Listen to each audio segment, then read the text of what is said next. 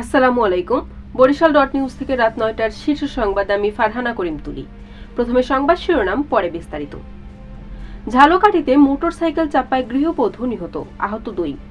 বরিশাল রূপাদলের আওয়ামী লীগ নেতা সোহেল মোল্লা গ্রেপ্তার। ভোলায় বয়লার বিস্ফোরণে নিহত ১। বরিশালে চালু হচ্ছে ৪৬০ শয্যার ক্যান্সার হাসপাতাল। ভোলায় কোস্টগার্ডের অভিযানে আটক ৩। টেকসই বেড়িবাঁধের অভাবে দুর্যোগ ঝুঁকিতে বরগুনাবাসী। পিরোজপুরে জোড়া খুনের মামলায় ২১ বছরের সাজাপ্রাপ্ত আসামি গ্রেফতার। কুয়াকাটায় তীর্থযাত্রীদের ঢল। এতক্ষণ শুনলেন সংবাদ শিরোনাম, এখন বিস্তারিত। ঝালকাঠির কাঠালিয়ায় মোটরসাইকেল চাপায় জেসমিন বেগম নামে এক গৃহবধূ নিহত হয়েছেন।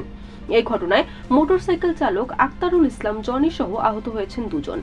বৃহস্পতিবার দুপুরে কাঠালিয়া ব্র্যাক অফিসের সামনে এ দুর্ঘটনা ঘটে। বরিশাল শহরের রূপাতলী এলাকার আওয়ামী লীগ নেতা সোহেল মোল্লাকে গ্রেফতার করেছে পুলিশ। বৃহস্পতিবার রাতে কোতোয়ালি মডেল থানা পুলিশের একটি টিম তাকে বাসার সামনে থেকে গ্রেফতার করে। পুলিশ জানিয়েছে, সোহেল মোল্লা বিএনপির কার্যালয় পোড়া সহ ২টি মামলার আসামি। ভোলার চরফ্যাশন উপজেলার বয়লার মেশিন বিস্ফোরণে একজন নিহত হওয়ার খবর পাওয়া গেছে। আহত হয়েছে আরও ২ জন। তারা ওই মিলের কর্মী। শুক্রবার ভোরে চর মাদ্রাজ ইউনিয়নের ২ নং ওয়ার্ডে অবস্থিত মুন্নি রাইস মিলে এই ঘটনা ঘটে।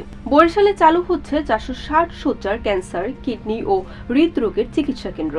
এই চিকিৎসা কেন্দ্রটি চালু হলে দক্ষিণাঞ্চলের কয়েক লাখ মানুষের উন্নত চিকিৎসার ভোগান্তি লাঘব হবে। শেরেবাংলা মেডিকেল কলেজ হাসপাতালের ঠিক সামনে কাজ শুরু হয় চিকিৎসা কেন্দ্র স্থাপনের। বাংলাদেশ কোস্ট গার্ড দক্ষিণ জোনের বিশেষ অভিযানে ভোলার দৌলতখানে আগ্নেয়াস্ত্র, হাত বোমা ও ৪টি দেশীয় অস্ত্রসহ মফিজ মাল, মোহাম্মদ মামুন মাল ও মোহাম্মদ শামীম মাল নামের ৩ সন্ত্রাসীকে আটক করা হয়েছে। শুক্রবার অভিযান চালিয়ে তাদেরকে উপজেলার মদনপুর ইউনিয়ন থেকে আটক করা হয়। ২০০৭ সালের এই দিনে প্রলয়ঙ্কারী ঘূর্ণিঝড় সিডরের আঘাতে লণ্ডভণ্ড হয়েছিল বরগুনার উপকূল। হাজারো মানুষ হারিয়েছে প্রাণ, নিঃস্ব হয়েছে লাখো পরিবার। সিডরের দীর্ঘ ১৭ বছর পেরিয়ে গেলেও উপকূলীয় বরগুনার জন্য নির্মাণ হয়নি টেকসই বেড়িবাঁধ। পিরোজপুরের মঠবাড়িয়ায় জোড়া খুনের মামলায় ২১ বছরের সাজাপ্রাপ্ত আসামিকে গ্রেফতার করেছে পুলিশ। আজ শুক্রবার ভোরে অভিযান চালিয়ে খাগড়াছড়ি জেলা থেকে তাকে গ্রেফতার করা হয় বলে জানান মঠবাড়িয়া থানার officer in charge OC Abdullah Al Mamun. বৃহস্পতিবার থেকে শুরু হয়েছে রাস উৎসব। কুয়াকাটায় সনাতন ধর্মাবলম্বীদের ২০০ বছর ধরে চলে আসা রাস উৎসবে কুয়াকাটায় তীর্থযাত্রীদের ঢল নেমেছে।